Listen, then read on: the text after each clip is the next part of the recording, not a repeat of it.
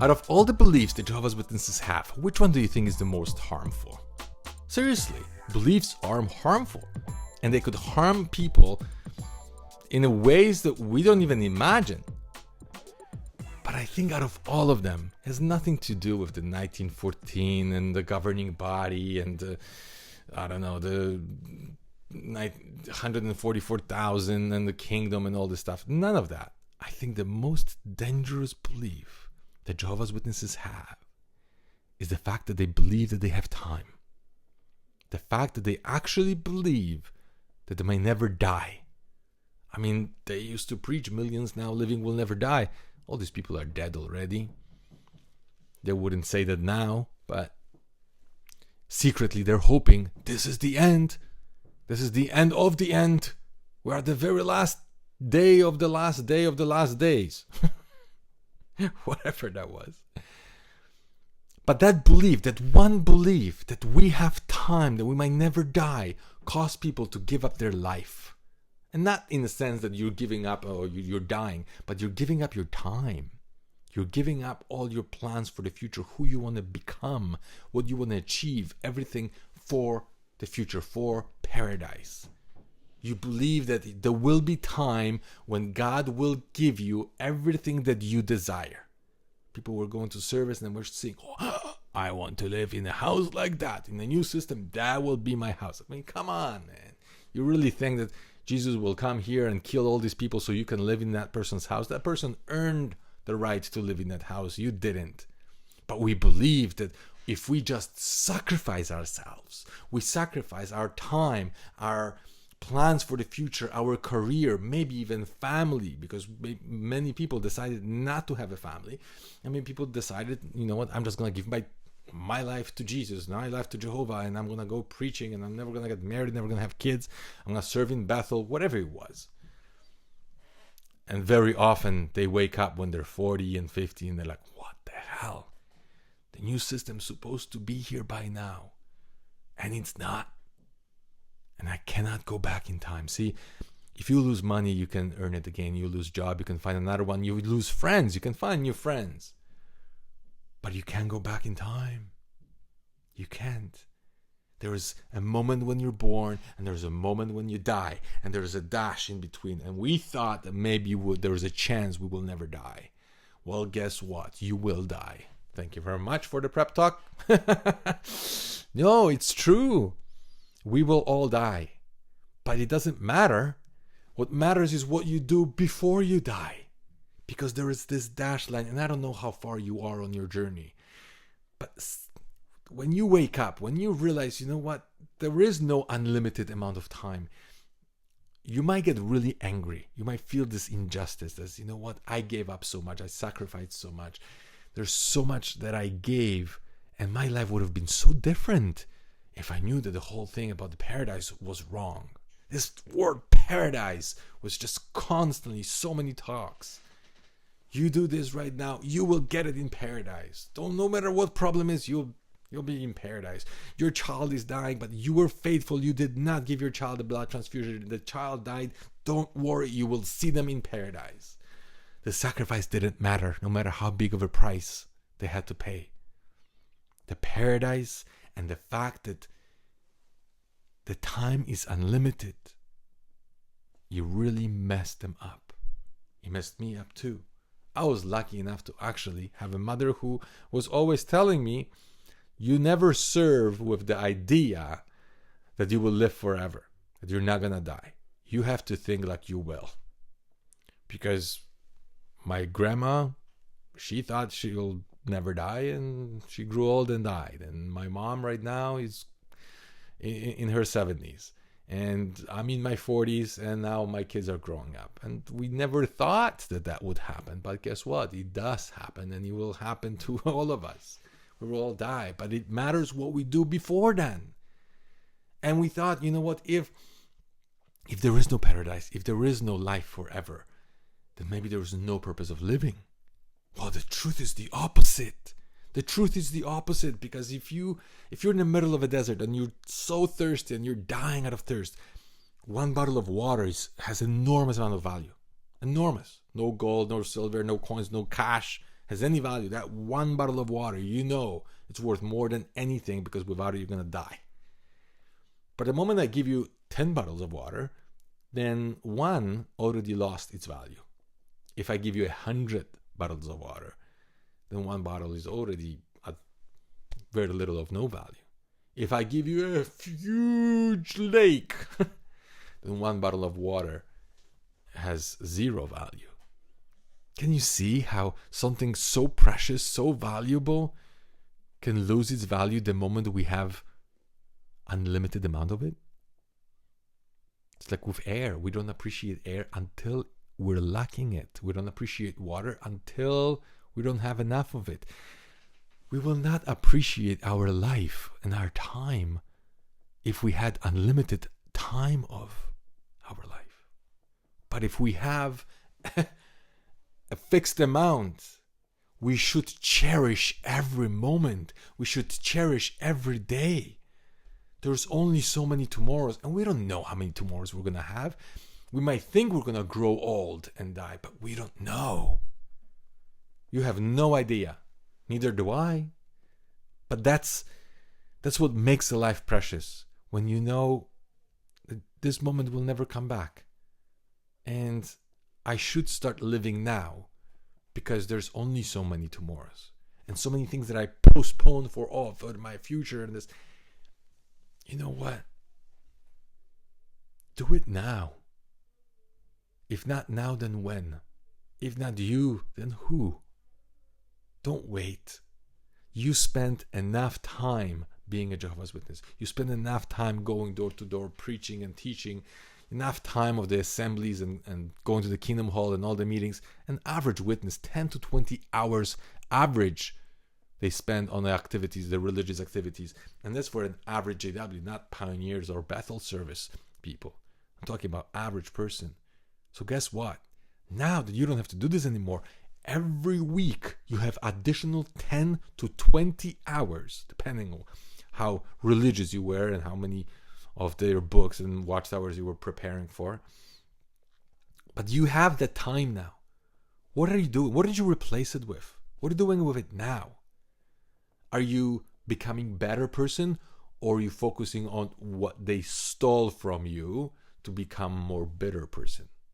It's a huge importance. I understand that we got to find out that this religion is not true. It's just like you're in a relationship with your spouse and somebody comes and tells you, oh, you know what? I think your wife is cheating on you, Jack. And I'll be stupid to go home, pack my things and leave. I would have to find out if that is true. And I would have to confront her and ask her about it, even if she denied it. I would want to make sure that I don't make any decisions, life-changing decisions, based on gossip. So it is important to do research. It is important to find out what they're teaching wrong, why they're teaching wrong, where did it come from, why the teachings change, how the Bible changed, how they manipulated things. It's important to know this so we can be certain that when we decide to move on with our life, we're not going to be drawn back to it later on, because the transition is not going to be easy. The transition is going to be very hard. You're going to have to rebuild almost everything. You're going to rebuild your friends, your family, your purpose in life, your identity, who you are. Maybe you're going to have to find a new job. Maybe your marriage will fall apart. Maybe you have to start from scratch. And you're going to start here, rebuilding everything, because you're rebuilding what's right, what's wrong, what's moral, what's immoral, what's good, what's bad. And it's process, and it's going to take a few years. So you don't want to give it up just because somebody said something. You want to be certain, because it will alter your life. But the moment you know this is not the truth, the moment you know that you don't want to be there, that you've been lied to, and they can deny it all they want, you're convinced that that's not a place for you. You close that book, you move forward, and you take the time that you had previously for meetings, for preparing, for service.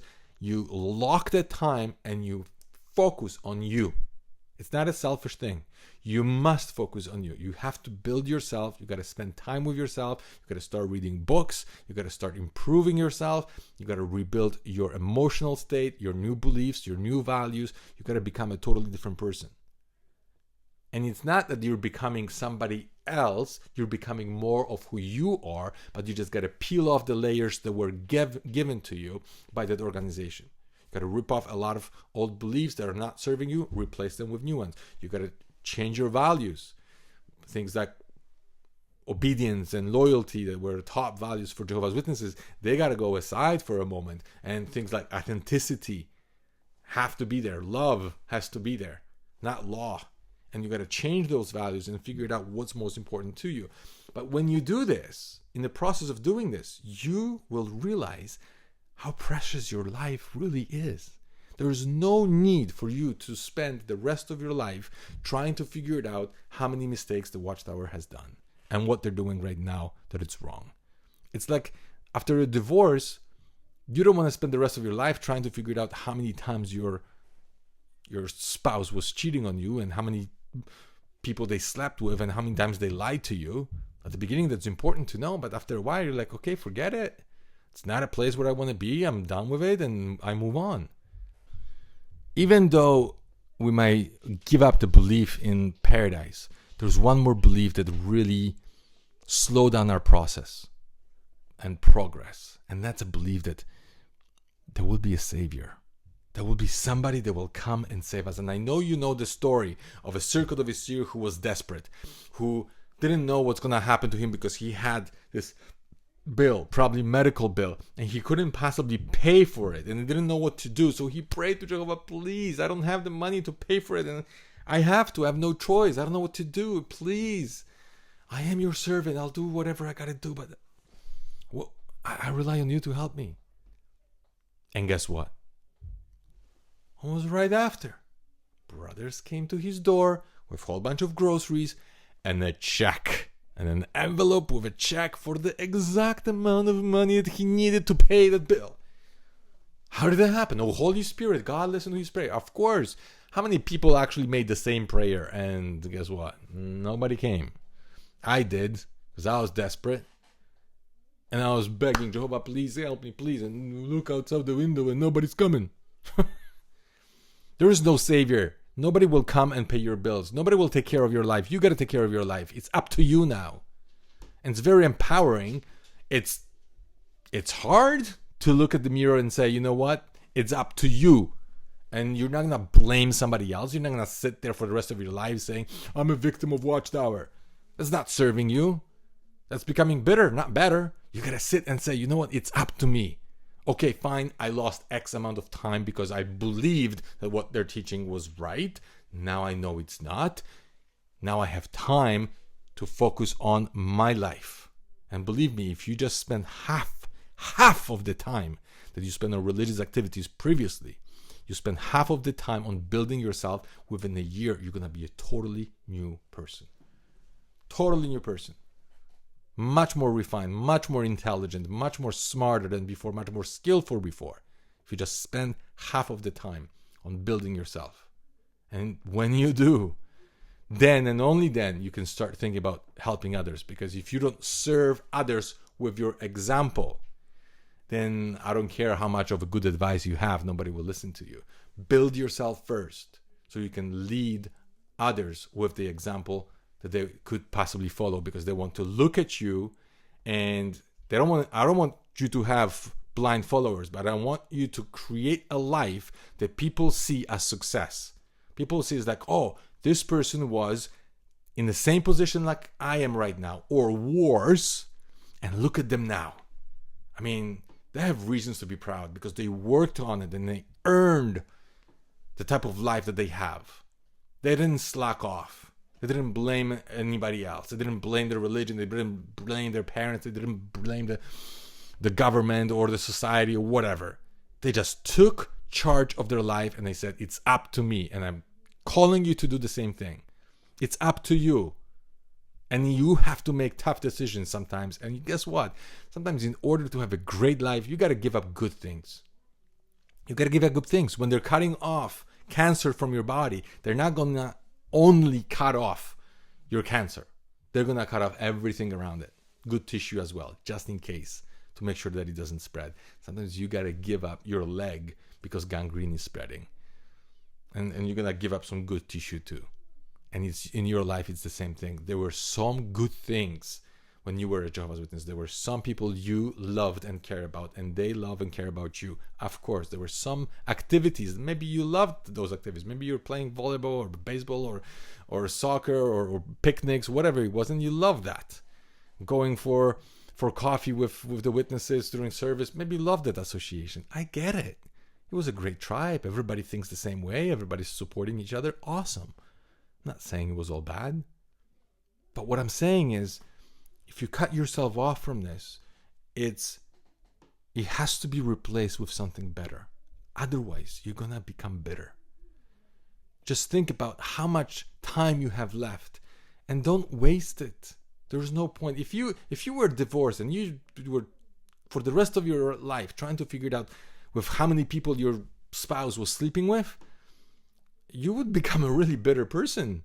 And you find out, 1, 2, 3. Oh, if there were 3, there were 7. I guarantee you this. And it's time to close that book and you move forward. There's no need for you to waste any more time. You waste your time is like a slow suicide.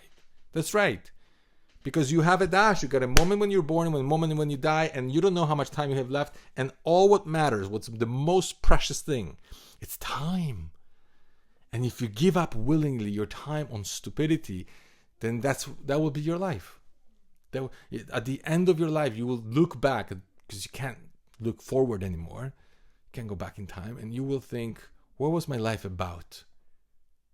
And if your life was about being bitter and looking for what to destroy, and you never build anything, there is no greater pain than the pain of a regret. When you can't go back in time and you can't start over. Start now. Don't wait anymore. Start now. Whatever it is that you wanted to do, I guarantee you, if you put your mind to it, I've seen people starting in their 70s and they're so happy. It's amazing. They woke up in their 70s and they're ecstatic. They're like, I don't know how I'm going to live. I might live another year or 2 or 5, but they're happy to be free and do what they always wanted to do for the X few years. That's better for them than to live decades as a prisoner with their mind being shackled to an ideology. I asked that many people were like, well, is there a point of waking up somebody who's older? Well, you can't wake anybody up. They have to do it on their own. That's first. But if they want to wake up, if they're searching, then how old they are, it's irrelevant. Because I believe that that's the only thing we have that is the most precious. It's time. Don't waste it. Use it well. Nobody's coming to save you. You got to take care of your life yourself. But at the end of the day, what is the most precious thing in life? I believe that the most precious thing is a life on your terms. When you choose how you want to live your life, a life of full authenticity, that is much better than the life that they offered as Jehovah's Witnesses for us. Thanks for watching. I'll see you in the next one.